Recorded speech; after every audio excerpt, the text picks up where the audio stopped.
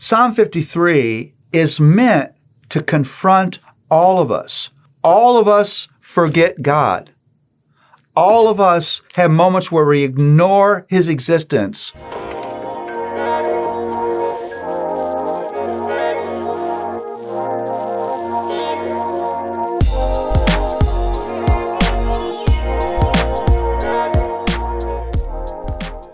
Well, as we look at Psalm 53, I want to warn you, I'm about to hurt your feelings.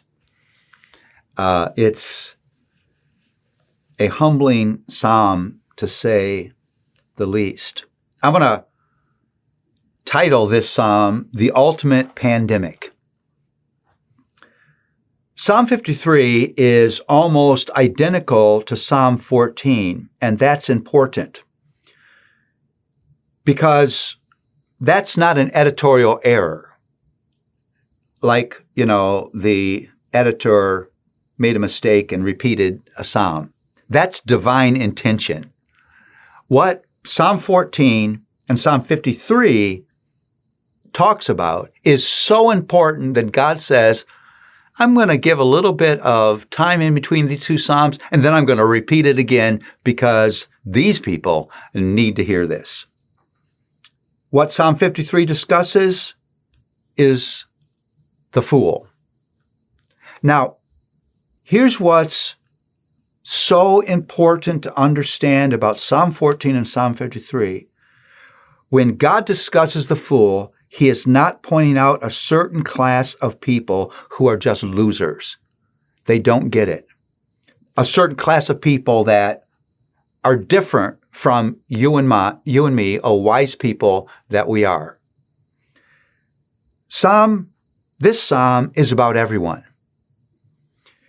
Because the Bible is very clear.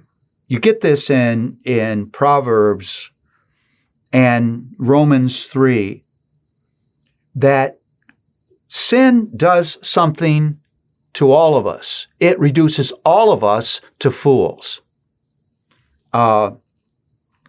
If you don't believe that, all you have to do is have a child. A 3-year-old child will argue about food as if they were a dietitian. They have no idea what to eat. They'd eat nails. It's just utter foolishness. Or they'll argue about when to go to sleep as if they'd done a sleep study. And so Psalm 53 is meant to confront all of us. All of us forget God. All of us have moments where we ignore His existence.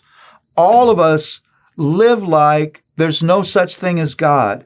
All of us willingly step over God's boundaries. All of us fail to seek the Lord as we should. All of us eat one another up. What does that mean? With anger and conflict and envy.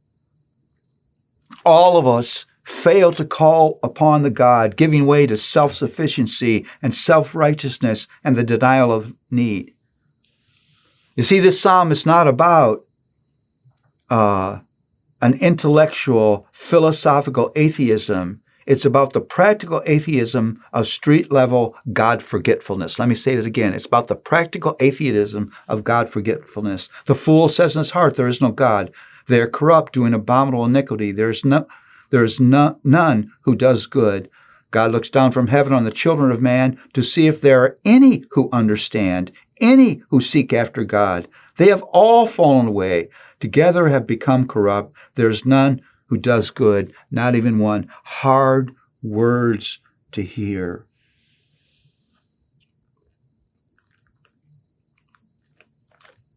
Does an acknowledgement of foolishness live in your life?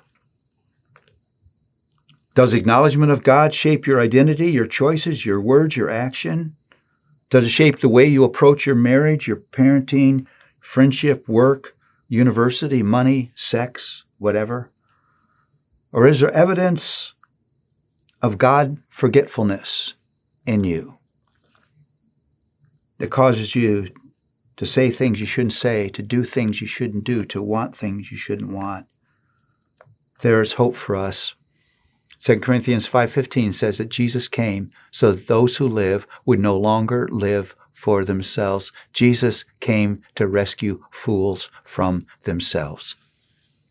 And that's a very good thing, because foolishness embraces us all.